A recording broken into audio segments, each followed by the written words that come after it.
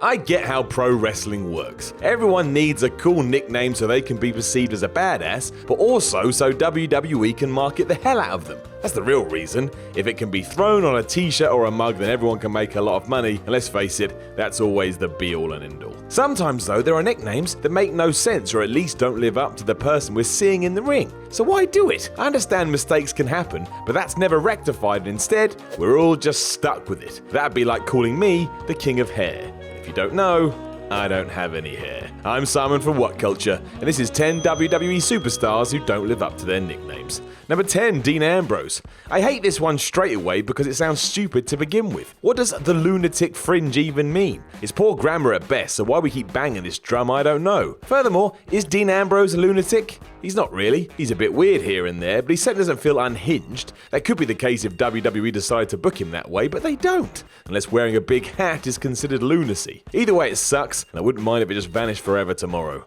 Number 9, Bray Wyatt. The problem with sticking the word new in front of anything is that it should have a shelf life, but never does in WWE. So I guess in 10 years' time, Bray Wyatt is still going to be the new face of fear, even though his face is no longer new. Again, however, it's the booking of the man that really screws this up. Who is Wyatt scaring these days anymore, apart from bookies that know they're going to lose a lot of cash if people bet on Bray losing, because he always loses. The new face of fear shouldn't be a loser. He should be running around scaring folks out of their minds. This one is silly. It's not even Bray's fault. Number 8, Nia Jax. There are so many nicknames held around the WWE, I don't even think I picked up on this one, but Nia Jax is often referred to as a wrecking ball with $1 million smile. First off, make up your mind. Either tell me she's a monster or tell me she's a lovely person. I don't need both. One is fine. Also, if she's meant to be a kick-ass machine, I don't need to know about her pearly whites or dental plan. Sell me on the fact she could beat anyone up at a moment's notice. Not that she's about to be cast in an advert for Colgate. I mean, they never said that, but I can only assume.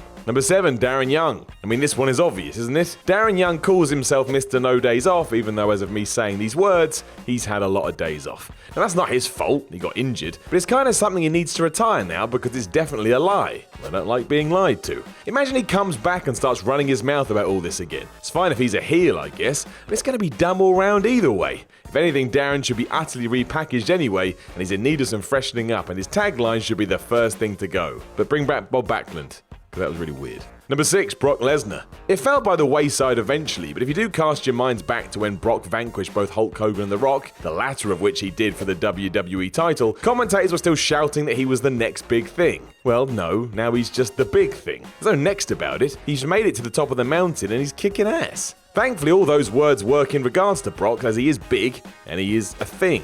So that's good. Don't hear much today, mind, but that probably makes a lot of sense. Also, I bet Lesnar doesn't like being called a thing. It's insulting. Number 5, Curse Axel. A daft thing to do is look into the name you've been given by the WWE and then try to pull something out of it, and this is why calling Curtis Axel the Axeman is awful. It's not like we hear it too much because poor Curtis is never used in the way he should, but it just screams of unoriginality. Furthermore, why is he the Axeman? He doesn't carry an axe, he's not portraying an executioner gimmick, it's literally because his name is Axel. That is so weak, man. May as well call him Curty Boy.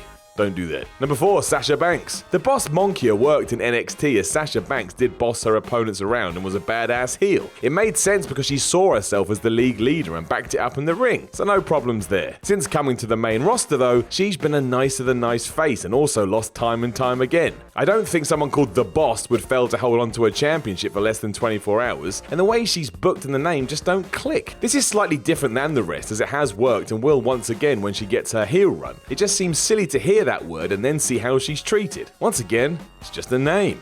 What's really in a name? Number 3, Seth Rollins. Seth Rollins calls himself the architect because he believes the Shield was his creation and that he made it the success that it was, and you could argue that's fair. He always felt like the leader of the group, and when he turned on them, it was a nice way to paint him as a horrible villain. He was clouded by ego and arrogance. So why is he still using it today? I know he's the King Slayer and he likes to burn stuff, but it still gets busted out now and then when switching it to the Destroyer, given how the group ended, would probably be a bit more logical. But no, we had this at one point and therefore have to have it forever and a day. Because why not? Number 2, The Big Show. WWE could protect The Big Show's world largest athlete title if they wanted to and make it fit. But alas, They never do. Instead, they put him in the ring with the Great Khali or Shaquille O'Neal, so straight away you're like, wait, my eyes are proving you're lying to me, WWE. Again, I understand this is marketing and the Big Show is a massive dude, but don't come up with the damn thing and then so easily throw it out the window, or if you do, stop using it. You're insulting my brain. Number 1, The Undertaker. The title of this video is wrestlers that don't live up to their nicknames, and you can't live up to something